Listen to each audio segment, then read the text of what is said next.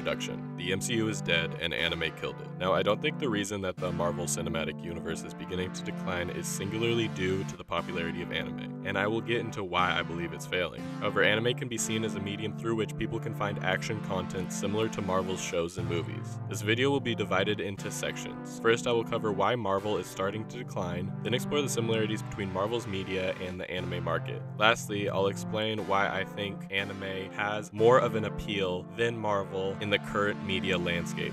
But before I get into the sections, here are some quick caveats.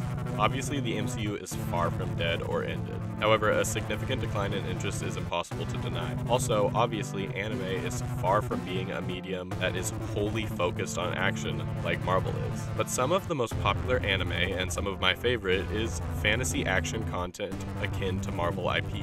With this out of the way, let's get into it. Part 1. Marvel's decline. In this section, I could talk about several reasons that many other intelligent creators have covered well. These are things like the uniformity of the films, making them less exciting, or the director's lack of creative freedom. These problems boiled down to the idea that the MCU formula, which was revolutionary in 2008, got stale. The Nerdwriter has a great video on the movie Logan, where he talks about the rise and fall of formulaic genres like westerns. Evan from the Nerdwriter explains how the Hollywood western had their time but fell out of popularity, becoming a niche genre, and how superhero films would likely follow this path. While I believe all these are true, I think the MCU in particular is suffering from a problem I'll call the price of entry problem. By the way, this is the same problem that Marvel Comics have suffered from in the past. This is a scenario where the thing that made Marvel so revolutionary, its interconnected universe of films and TV shows, is the exact thing that's killing their franchise. When it comes to the media we consume, especially with movie franchises or TV shows, we naturally desire to be caught up or have seen it all. Marvel media in particular rewarded its viewers for being caught up. If you had stayed for the post-credit scene of one of their films, you would receive a hint of the direction their universe was going towards. There were not only details hinting at the future, but elements that would reward viewers for having seen the other films. I remember being part of the devoted fan base who would get a dopamine hit whenever I noticed these details. The dark side of this is the cost of entry problem. What I mean by cost is the amount of media one needs to consume to be caught up or to have metaphorical entry. In the early days of the MCU, the cost of entry was reasonably low. When the first Avengers movie came out, the cost of entry for a moviegoer to be caught up and ready to see it meant them watching 5 other movies. Let's compare this to the cost of entry to see their new film, The Marvels. To be caught up, one would have to have seen 30 other feature-length movies. On top of that, they would have to be caught up on 8 different TV shows, totaling 63 episodes of varying lengths. And with numerous Netflix Marvel shows being made debatably canon, the ability to be caught up on the MCU might as well be a full-time job. This same issue is a big problem with superhero comics. While writers strive to make it so anyone can start anywhere in their series or universe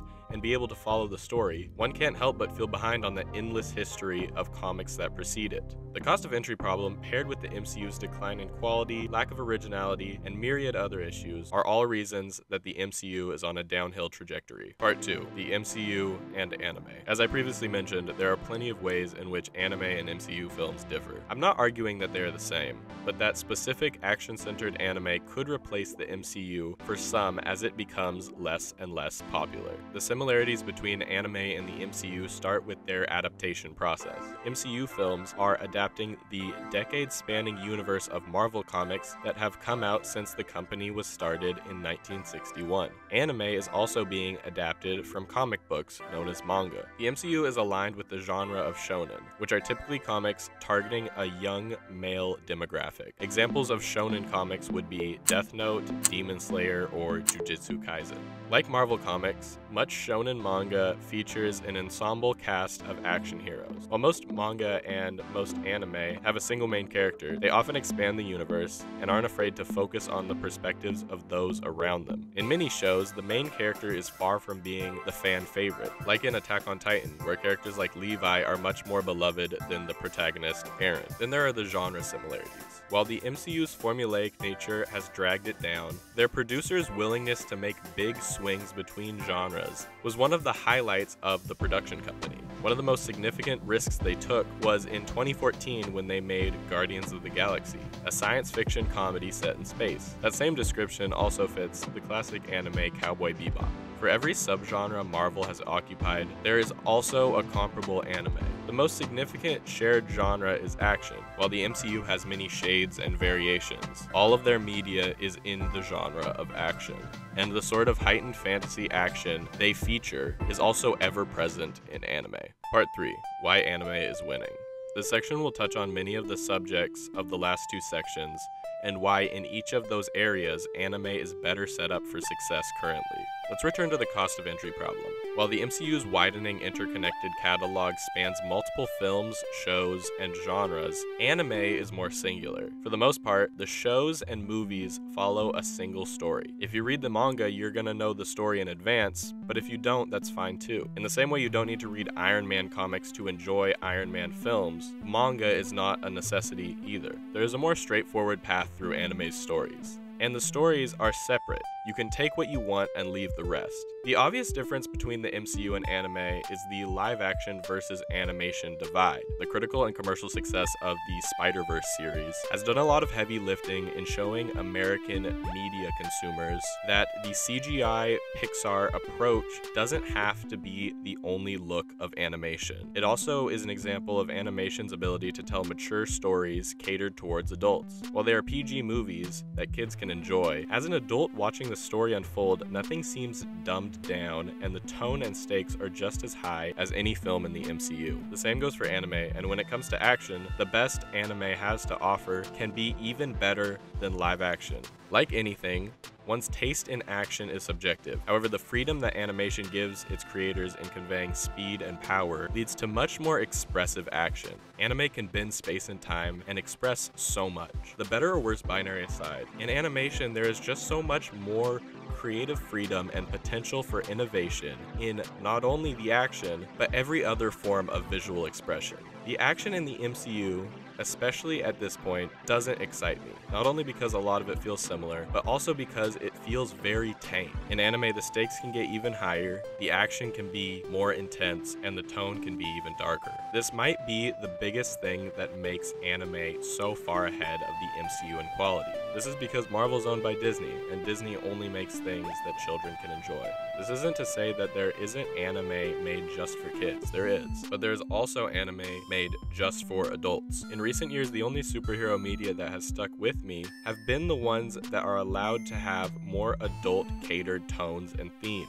Movies like The Batman, shows like The Boys, and the one recent MCU exception, Guardians of the Galaxy Volume 3. However, these have always been rare, and I found much more adult-catered and well-made action in anime than in any MCU project. Conclusion. Patrick H. Willems recently made a really fun video about who killed cinema, discussing many of the factors that are sucking the life out of the film industry. That was a big inspiration for this video. Instead of cinema as a whole, I wanted to look at two different media markets and explore why one seems to be declining while the other is becoming more successful. In reality, the name of this video is hyperbole. Movies or any genre in them cannot truly be ended. Returning to the Nerdwriter video's comparison between superhero movies and westerns, Evan from the Nerdwriter may be right. Superhero movies may go the way of the Western, but Westerns didn't become extinct, just a rarity.